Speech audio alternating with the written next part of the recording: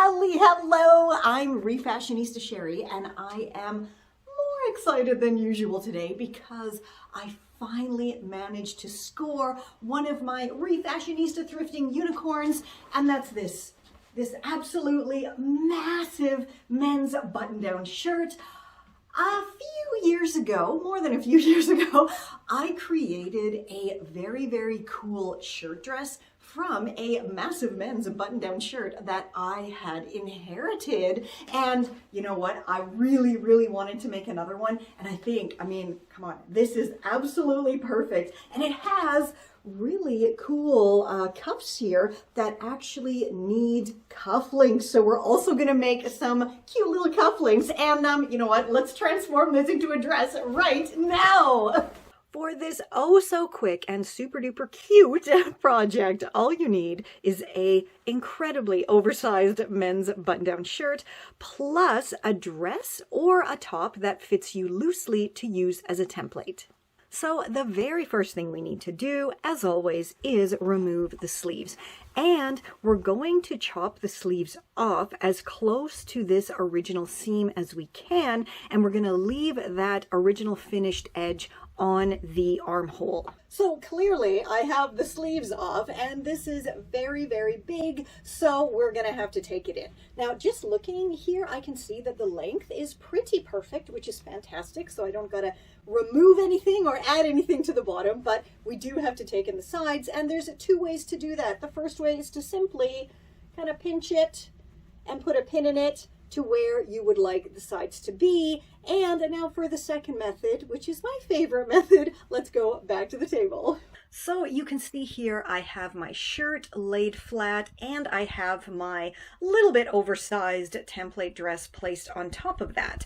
Now I always like to try to use a template garment that is similar looking to the garment I'm working on. Like this has a collar, that has a collar, the shoulder seams are similar, just so it makes it easier to line everything up when I'm using my template garment. So over here I have marked onto my shirt with a couple of centimeters of seam allowance the general width that I would like my finished dress to have, of course using this dress width as the template, as the measurement. Very easy. So now I'm just going to stitch straight down from my mark on the armhole to create my new side seam. Once you have that all stitched, then simply go and remove that excess fabric from the side. So I have now folded my shirt in half as evenly as I could, and I'm going to use the first stitched and chopped side to mark out the area I need to stitch and chop on the other side. Very easy. I can go right from where my stitch is here and pop my pin. And now I'm going to go repeat the whole stitching and chopping process on this side. So now I highly recommend popping on your nearly done dress and checking that, you know, the width is to your liking. And this is absolutely perfect. I want this to be a loose and comfy, easy breezy fit, so it's great. Now we got to figure out what we're going to do with the sleeves, right? Now, of course, you can just take the sleeves in a little bit and attach them again if you want to have long sleeves.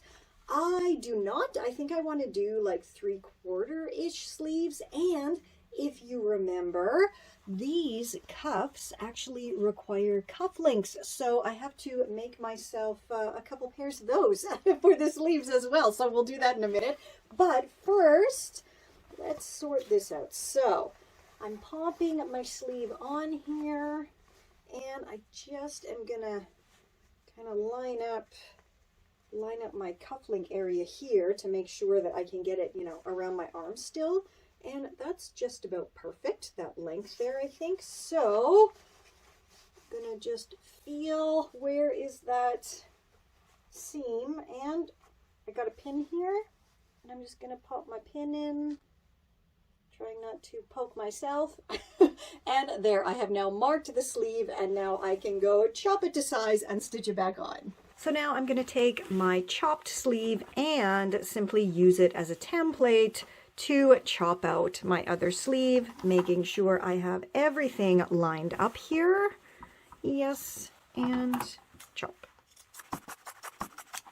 So I have my shirt inside out, and I have my sleeve right side out, and now I'm just going to pop them together. And as you noticed, I'm sure I did chop the sleeve on the original angle that it had. And because I did chop the sleeve and I already took in the sides, let's have fingers crossed that they're actually going to fit together nicely. And I won't have to do very much gathering. But if I do have to, that's okay, because I like having little gathers up at the top. Okay, so I have the under seam here of my sleeve, and I'm going to line that up with the under side seam here of the shirt, like so. And pin that together. And now let's see. Let's see if it's going to go nicely together. Not perfectly, but that's okay. I can have some little gathers up at the top, just like I did with my other kind of shirt downsize that I shall link down below for you so you can see what I did there. So I ended up gathering everything together. Those two little pin tucks, I just put them one on top of the other, and everything is nicely lined up now. So let's go stitch it together and then repeat the whole process on the other side. Okay, I have both sleeves stitched on, and you know, this is like the last step here, really. So let's check them out, flip everything. Okay, seriously, that really did work with my little mini pleats here. Yeah, on both sides. That's great. Okay, oh, you know, I was just thinking, and I don't know, should I leave the collar on? Or should I chop off, you know, the top part of the collar here, which then, you know, leaves it kind of like those rather awesome Nehru jackets, you know, that type of Nehru collar. Let me know down below what you think, if I should leave the collar or chop it off and then have that kind of added bit of interest in the collar area. Let me know. Anyway, oh right, totally forgot. We need to do those little cufflinks. And I'm just looking at my scraps here, and I had a thought, because I don't really want to sew anymore. So my original idea was to take a couple of buttons and just kind of stitch with embroidery thread. You know, that's something, I do have a really, really oldie but goodie tutorial on my blog about that, so I shall link that down below for you. But just looking at this little seam here, what if I chopped out those seams and then just kind of tied off where the cufflinks should be? Let's give that a try. So I simply folded over my cuffs and then fed my little scrap of fabric through the 4 buttonholes, which were meant for the cufflinks, and then tied it off in a loose but firm double knot. Awesome. Another triumph of cuteness, I think. Now, this does look great without a belt and just like with some sneakers, but I really do like it better, you know, belted with my cool 80s belt and my awesome vintage earrings here and the sunglasses. It just really ties it all together. Oh, of course, and with the tights, right? Always got to have the colored tights as well. Now, I'm still not sure what I want to do with the collar, so please do let me know down below if you think I should chop this off or not. And I mean, let's have a closer look here at the sleeves. That really, really did come out looking super duper cute, I think. And as I'm looking at this now, my American friends, actually, you might kind of notice this is very red, white, and blue. And I think this is a pretty adorable look for July 4th. Let me know down below if you would actually want this, because I don't know if I'm going to hold on to it.